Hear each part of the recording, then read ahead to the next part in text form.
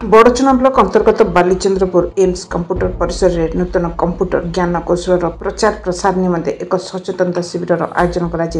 कार्यक्रम को उद्घाटन करते सांबादिक Bhaktacharan Sahu OKCL Odisha knowledge corporation limited वाणिज्यिक परिचालक श्याम सुंदर साहू जोगदे कहले संप्रति देश में सूचना प्रजुक्ति विद्यार बहुल व्यवहार साइबर अपराध संपर्कित सचेतनता एवं आर्टिफिशियल इंटेलिजेंस आवश्यकता वृद्धि हेतु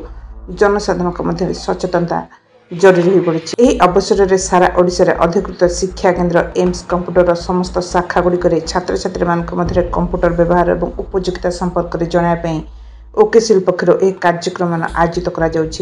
कंप्यूटर संपर्कित विशेष ज्ञान अर्जन प्रशिक्षण कार्यक्रम हाथ को नहीं जहाँकि ओडिशा सरकार सूचना प्रजुक्ति विद्या विभाग आनुकूल्य परिचालित यह ओडिशार बहु मेधावी छात्र छात्री कंप्यूटर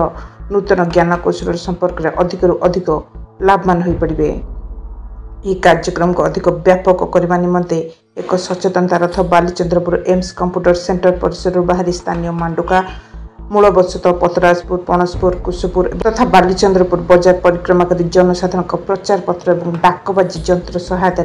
सचेतनता कर देखा मिलता। अन्य मध्य एम्स कंप्यूटर परिचालक विश्वजीत सेनापति पीबीएस पृष्टि आलोक प्रधान एकादशी सेठी सत्यानंद मल्लिक नरेंद्र मल्लिक प्रियवंत साहू आदर्श सामल निगम कल्पतरु दास पार्थसारथी महांती निमाई चरण जेना प्रमुख उपस्थित रही सहयोग करते। Mahaguru Amarendra Singh Odisha mobile TV.